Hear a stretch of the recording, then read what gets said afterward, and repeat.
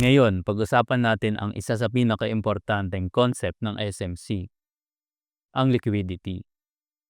Ang market ay parang battlefield at ang pinaka-target ng market ay stop losses. May dalawang klase ng liquidity, ang buy-side liquidity or sell-side liquidity. So sa buy-side liquidity, stops ng mga sellers na nasa taas ng highs, resting buy stops. Okay, sa scenario na to, ito siya.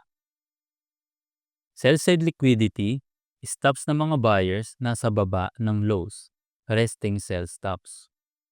Kaya madalas mapapansin mo, bago gumalaw ang market sa isang direksyon, madalas muna siyang maghanap ng stops, ito ang tinatawag na stop hunts, di siya aksidente.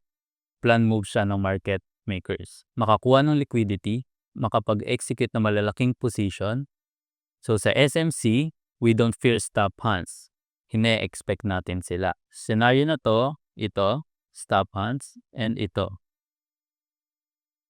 Those are both liquidity. Liquidity sweep. Ito yung liquidity. Andiyan yung mga stop loss. And kapag nagkaroon ng liquidity sweep, pupunta yung price dyan para makuha yung orders ng buyers, para makuha yung orders ng sellers.